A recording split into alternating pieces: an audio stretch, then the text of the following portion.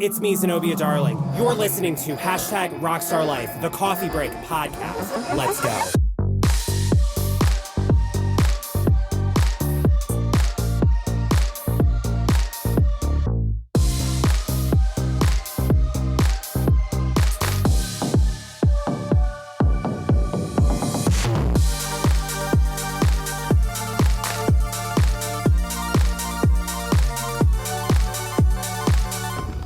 Where the hell's my cold brew at?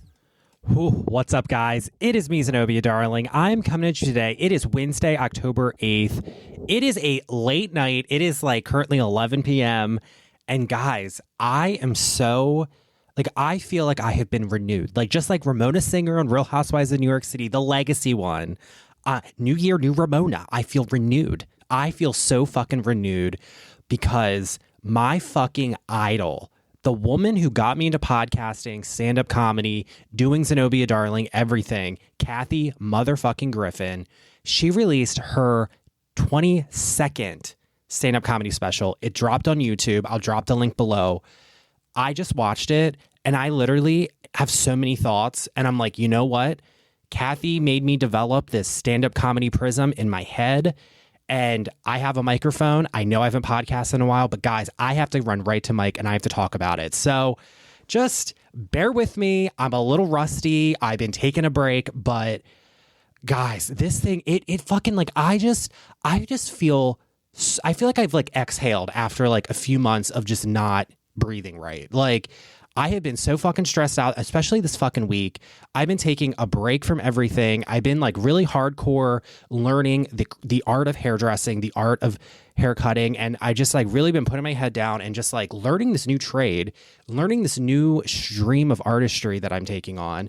And, and there's been a lot of crazy shit happening. I know I'm on a hiatus for the podcast. Season 3, I will be bringing it back. I have to. I love podcasting. Again, I'm a workhorse and I need to perform, and it's popping off tonight, and it will be coming back. But for tonight, guys, I have to talk about this stand-up special. It is called Life on the PTSD List, which is a hark back to one of my favorite reality shows, probably one of the greatest reality shows of all time, Kathy Griffin's My Life on the D List, which aired on Bravo in the mid 2000s. It's what got me into reality television. It's what got me into actually loving Bravo, because I never really watched Bravo before Kathy Griffin, but I have been following Kathy Griffin. I mean, I used to watch her on Suddenly Susan as an 8-9-year-old kid. And I remember him and her and David Strickland and fucking Brooke Shields. I remember watching that show and being like, who is this redhead lady? And then she had all those little things on MTV, and she always was around because she's like Lisa Rinna. She'll take a gig no matter what. And I fucking loved her. I remember seeing her Hot Cup of Talk, her first stand-up special when I was when I was 12, 13, and then the D-List came out, her third stand-up comedy special. And then they always would air on Bravo, and I fucking loved all of them. I loved her TV show. Kathy Griffin has always been someone who I look at and I'm like, out of all the celebrities, out of all the people that are in media, that are in my life, both I know, I don't know, she's always been the one that I'm she's the one I'm most like. I've always idolized her. There's something about her that really speaks to me on a soul level. I've seen her do stand up more times than I can count, live. She's the best. I fucking love her. And I knew she got me, and I knew she got my sense of humor. She got what I wanted to do. She got the life that I want to do. My life has taken its own turn with the paranormal and all that stuff. And guys, before we get into it, A Theory Anarchy is coming out. Give us a few weeks. We got all decisions made. We're working on it. It will be a Halloween treat. That's all I'm saying. But guys, you will see Theory Anarchy. And very much like Kathy Griffin, it probably is going to be on YouTube, or it is going to be on YouTube, but I didn't say that. So, there's that little treat.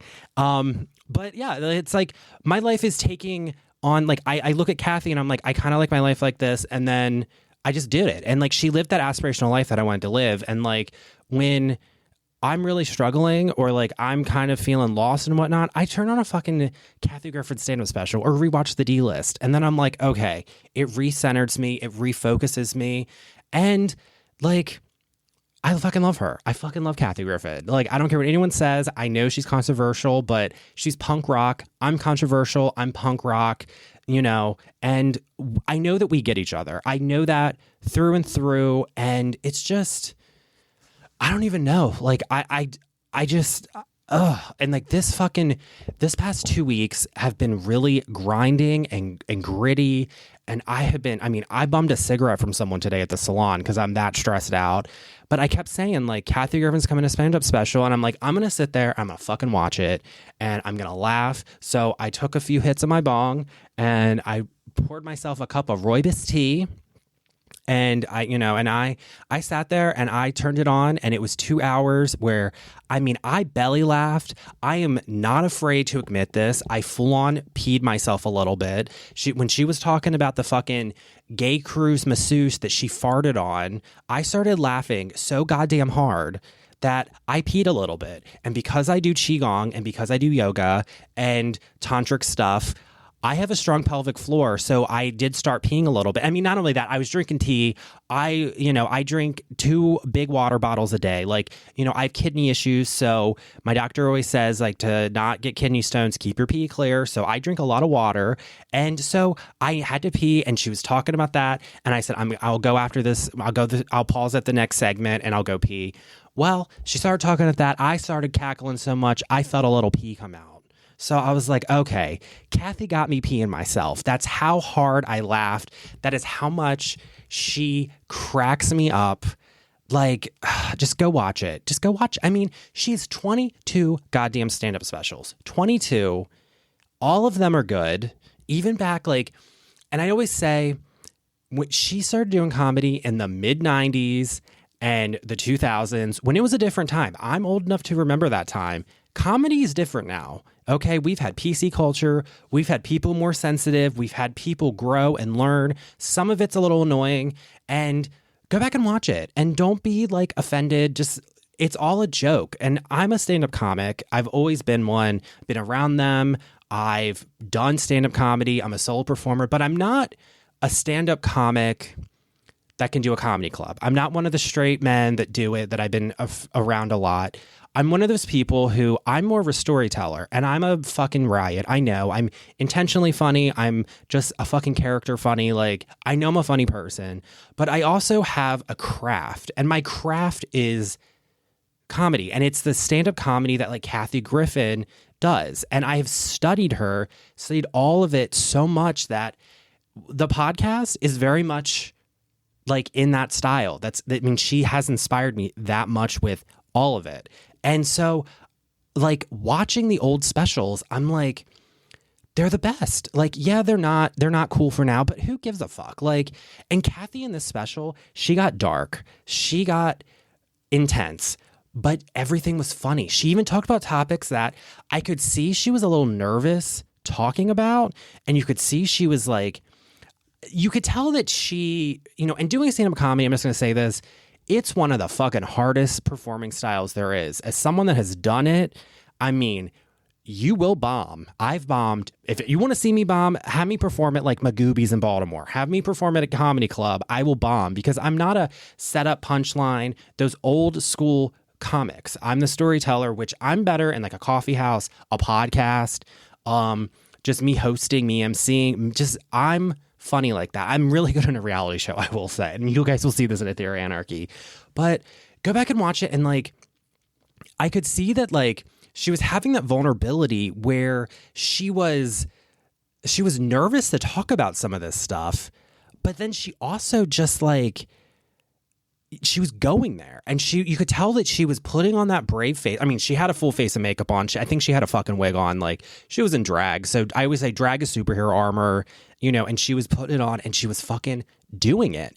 And she talked about her suicide attempt. She did full on moment by moment and made it so fucking funny. I'm like burping, but like, God, made it so fucking funny. I fucking loved it. I cannot get over how good it was. Like, I literally, like, this fucking week, so my apartment's a fucking mess. I've been busy. I've been dealing with this shit, that shit, everything. Everything's been going to hell. We're in a full moon. Like, I'm at my end. I really am. I'm like, oh, I'm good. I want to lay in my bed for the next 3 days AC on 60, watching trashy reality shows. That's all I want to do. Not talk to anybody, turn my phone off, turn my iPad off. No one gets me. I'm dead to the world.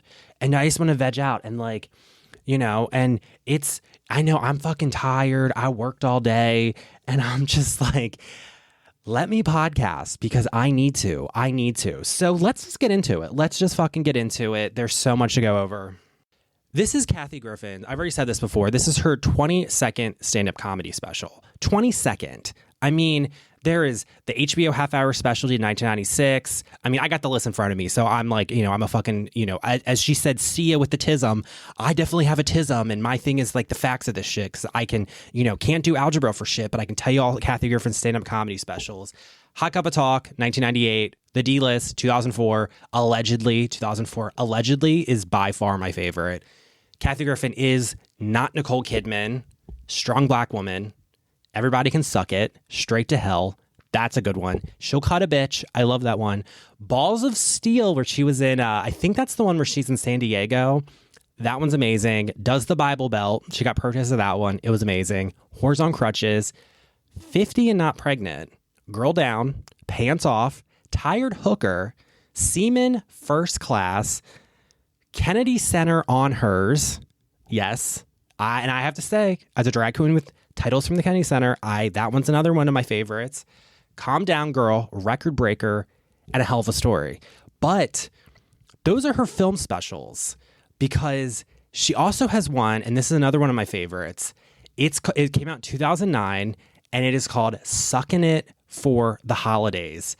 It was recorded in Vegas. That one's actually my favorite stand-up comedy special that she does. I have that thing on fucking repeat because it's amazing. And then she also has Look at My Butt Crack. That's another good one because I love it, because then she went in about like all of the fucking making fun of Vegas and making fun of all sorts of shit. And I mean, was For Your Consideration? I don't know. That was another one because she has her fucking CDs. Oh my God. And oh my God. And For Your Consideration, where she went in about Oprah. Oh my God. See, I'm fucking like jizzing out on this shit. Like, I'm telling you, Kathy Griffin, she fucking ignites the spark in me. It's like the weirdest fucking thing. Like, literally, like, it just does. It just fucking does. It's so fucking crazy to me. Like, how one woman, one punk rock, badass female comic can just like light my fucking brain up. Oh, and then we came for A Hell of a Story. I mean, that one's good too. And also, she was on the fucking X-Files. Can we talk about that? She was on the fucking X-Files. So, you know, I mean, that's another reason why I found her. But I don't know. I know I'm going on and on, but it's just, I don't even know. So she goes on. Of course, she's going to touch on the Trump thing. She's going to talk about, you know, the fucking Kardashian. I mean, she lived next door to them. And like, at this point, a lot of these D-list celebrities, like Kathy's not fucking D-list anymore. She's a fucking A-list celebrity. You know, like, I'm tired of people saying she's on the D-list. Like, she will always be D-list because that's like her brand. But anymore, she's fucking A-list. I mean, she's worth like, I want to say like 50 mil, if not 75. I don't know her exact figures. I'm going to Google her net worth. So let's see, Kathy Griffin net worth. I'm being so ridiculous Googling her net worth, but like it's any of my business. But as she says, you know, she has the same issue. It says she's worth 50 million. So, you know, she's not hurting. She's definitely not D-list anymore. And that's what I love about her, because like she always wears designer clothes. She always does. I didn't know, like, she definitely had on like, I don't know if she had Gucci on, but she definitely had some expensive shit on. She definitely had her hair. She had a wig on, I will say. I'm pretty sure that was a wig. But she always has that drag aspect to her that comes from Joan Rivers, that comes from all of that. And I don't, oh God, I'm starting to lose my thought, because I'm just like queening out over fucking just Kathy Griffin. It's just like, I don't even know. But then she went in about fucking Kim Kardashian and Kanye. And I loved it, because that's where I could see where she was like, teasing them like, okay, let's test the waters. And I mean, you look at the audience, I mean, it was all gays and there were some lesbos in there, and just like, it was the weird artistic gays and like their best fag hags and in the audience, which I'm like, that's a Kathy Griffin audience. She knows her audience. I mean, except for the Trump thing, I mean, she lost a lot of straights. She didn't do anything of like, where are my straight guys? Like, I think she knows the straight guys are not going to be there anymore. The military's not going to fucking, unless they're the gay military, you know, but, you know, I definitely look at that crowd. I'm like, girl, she had her catheters there, as she calls it, her catheters. I love it. I fucking love it. And also I love that Kathy is kind of like, cause this is another thing about Kathy. She is a workaholic, and she looks at what the young people are. So a few years ago, like, because I'll get to this because she did talk about James Charles and Jeffree Star towards the end when she was talking about going to Paris's party.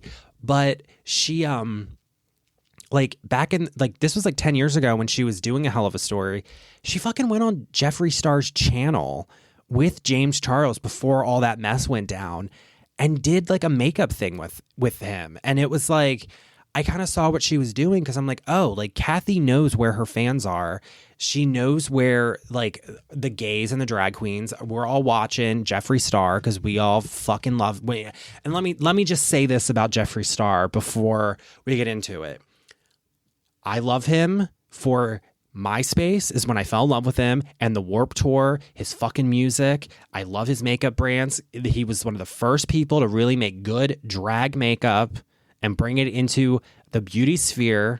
I have a lot of respect for him. Do I think he's a great person? Probably not. Will I ever meet him? I don't want to. But I will say, when it comes to Jeffree Star, you know, I have a lot of respect for him because he used to be on MySpace and he was doing these like amazing artistic drag photos and like of him like self-harming, and they were so gorgeous and arty, and like just no one was doing what he was doing. I mean, he was so out and proud with being genderfuck and punk and goth and weird and spooky.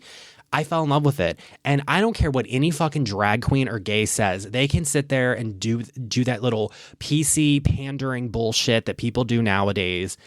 But I can guarantee you, how many pairs of sweatpants from Jeffree Star do they have? Probably a lot. Do they have a track jacket? Yeah. I have 2 pairs of his sweatpants. I have a fucking track jacket, which I will say, he's definitely using a sweatshop to sew his fucking track jackets because one of the seams is fucked up. It came like that, and I know exactly what happened because remember, I'm a seamstress. But I will say that because I have a voice, and Jeffree would appreciate it, and I'm not going to bullshit. But you know, how many of us have them? A lot. So I just want to say that when people talking about Jeffree Star, ask them how many pairs of sweatpants and how many palettes do they have of his in their fucking closet. All right, I digress. So she was on the YouTube shows back then, and I kind of was like, okay, I'm like, Kathy needs a podcast. She needs to get on the YouTube sphere.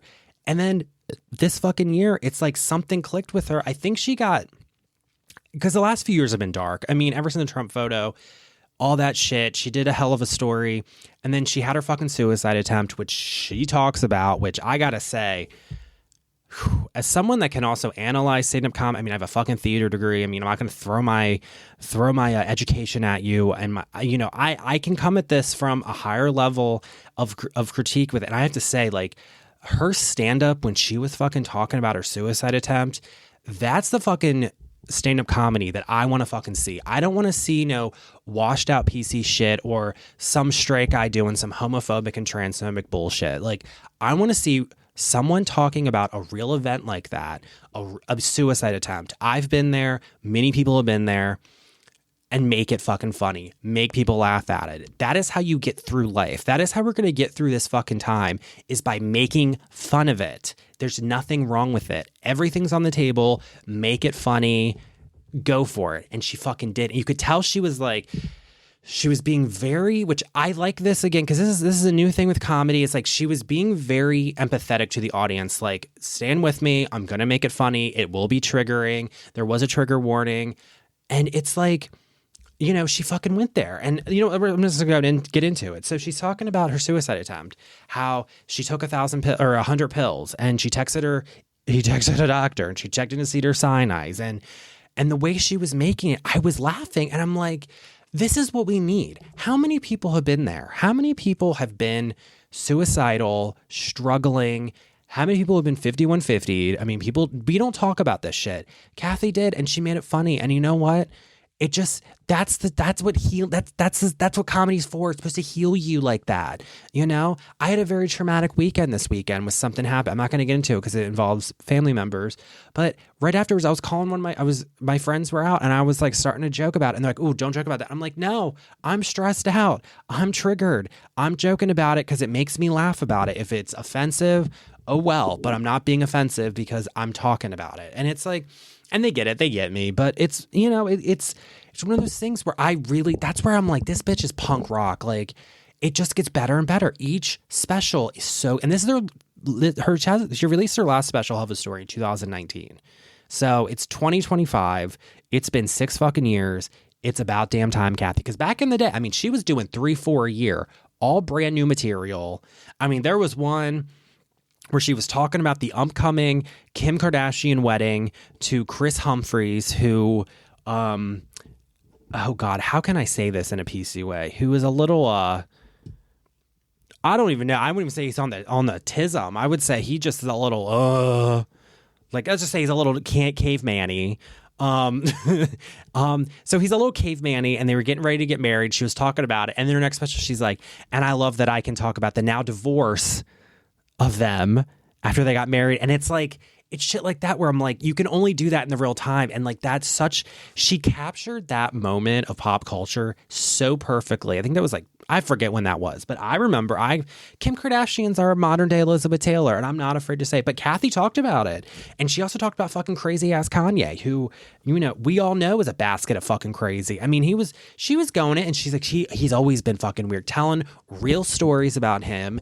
And it's like, we've all known that. We've all fucking known it. And I have to say, I do love Kim Kardashian. I do love the Kardashians. And she also is open about that. I mean, for years she would talk about Oprah because Oprah's fucking crazy. I mean, this weekend, I was laying in bed because, you know, it's been a stressful week, and I need my bedtime. And I was watching old school Oprah Winfrey episodes, and I have to say, I love Oprah. She gets you through stuff. She's also full of fucking shit. I mean, I'm just going to say it. She's a rich lady who knows how to put on that Barbara Walters facade, and Kathy Griffin and Oprah's full of shit. And Kathy talked about that. She talked about, there's a famous video, I'll put the link in below, of Oprah interviewing Barbara Streisand.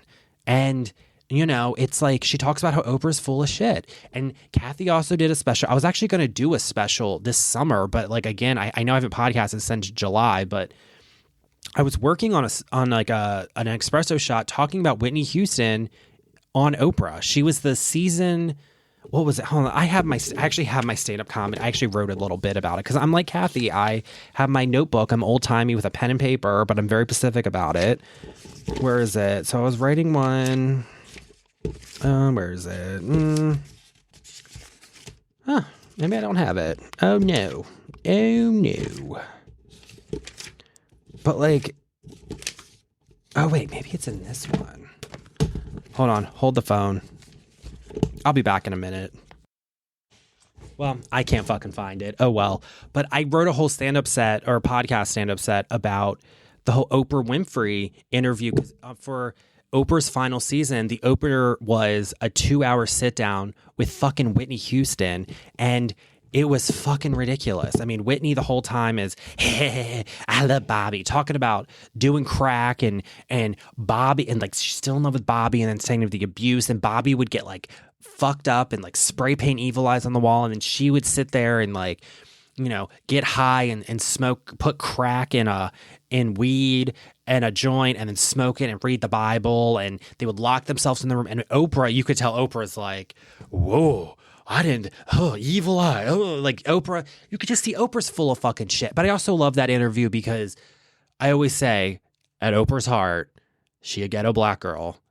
And I love that. That's my favorite Oprah. And there are certain people, there are certain times it comes out, and Whitney makes it come out of Oprah. And that's when I fucking loved Oprah. But Kathy Griffin was fucking talking about this in most of her specials. You know, she's really good at that shit. And she was talking about fucking Kanye from that same perspective. And also talking about the Kardashians of how she's like, I make fun of the Kardashians. They're fucking whores. I'm friends with them. I love them. They don't fucking care. And you know what? That's what I like about these people, because Kathy's also been in the business so much. I mean, I'll be honest, I fucking hate Demi Lovato. I hate her. There was a famous Twitter feud between Kathy and Demi Lovato. And guess what? I don't think Demi Lovato will ever get it, because I don't think Demi Lovato lives in this reality, allegedly. Allegedly. See, there's my Kathy Griffin stand-up coming out. But I will say, a lot of the true good superstars, they get Kathy, and they're cool with her, because I understand it, because Kathy talking about the fucking Kardashians means more money for the Kardashians. She ends it with Paris Hilton. She fucking talks about it. You know, she fucking talks about how Paris Hilton gets it, and she's cool with Paris, and she loves Kathy Hilton and all that stuff. I fucking just like, I don't even know. So then she goes on, and then she starts dropping some A-list fucking names. She starts fucking talking about Jane fucking Fonda, which started cracking me the fuck up, because there is this lady that comes into the salon that gets her hair done there. And I'm not going to say who. I'm going to keep it. You're not going to know this lady. And she's just, let's just say she's a nice lady, but she definitely leans a little MAGA. And she's really good, because when she starts about politics, she's like, and I got to stop. And it's like, good, shut your fucking mouth. You know, really cool. She made a comment to me one time. I was shampooing her hair, and she was like, oh, well, my son went to beauty school, but he got out of it because there's just too many fruits in it. And I'm like shampooing her hair, and I just looked at her and I said, really? And I made it super fucking awkward, because I'm like, girl, look who you're talking to me. I have fucking painted ass nails. My hair is platinum fucking blonde. And you're going to say some bullshit like that? Girl, get the fuck out of here. It's like, I didn't say that, but that's what I did make it fucking awkward, but that's what I was thinking in my head. And every time she comes in there, she fucking goes on rants about how much she hates Jane fucking Fonda. And I'm literally just like, girl, So the fact that Kathy was talking about Jane Fonda cracked me up at how the bitch can't make a quesadilla to save her fucking life, which I fucking love. She talked about Sharon fucking Stone. Like, Stony, she calls her, which I have a friend named Stony, friend of the pod. But it's like, I don't know. It's amazing. It's just fucking amazing. I fucking loved it. Talked about Sia, who I love Sia. You know, I'm going to swing from the shade. Like, I fucking love Sia. Don't get me wrong. And I love that she talks about the fucking Sia's like, I have the tism. And she's proud of it. And she's a fucking weirdo about it. And I love it, because I'm really starting to understand I might have a form of the tism. I mean, I definitely think I have the train tism. I fucking love trains. You know, people that really know me know my love of trains. It's weird. Okay. We're at First Friday last week, and I'm with the salon tent, and I'm with all my people, and we're in line, because in Havre de Grace, I mean, the Amtrak's Northeast corridor runs through it, and there's a bridge over the river. You could see every time a fucking train went by, I'm like, oh, that's the Northeast Regional. Oh, that's the Excel Express. Oh, that's the Carolina. That's the Cardinal. That's the Sunset Limited. I'm like going through, because I know I know what different trains. I'm like tracking them. I'm like, this is fucking weird. And then I'm like, I probably have the tism too. So, you know, God loves Sia. But what fucking cracked me up, I already talked about this, maybe myself, she's getting a massage. She fucking farted. I have to say, though, so I have this man friend who may or may not have been on the podcast. I mean, I'll let you guys fill in the blank, but we have fun time together, and part of fun time is he normally runs me a bubble bath and puts essential oils in it and Epsom salts and dims the lights and turns the jet. He's a really great bathtub. Oh my God. I love a fucking bath. And he normally comes in, and I get in the bathtub and I start soaking and relaxing. And then he comes in and reads me his poetry. And then when I'm all done in the bath, he has a massage table in his bedroom, and we walk over, and he gives me a full body massage. It's so amazing. And I have to say, I'm so used to that in a massage table, because I will say, there is a little bit more sexual energy with this type of massage.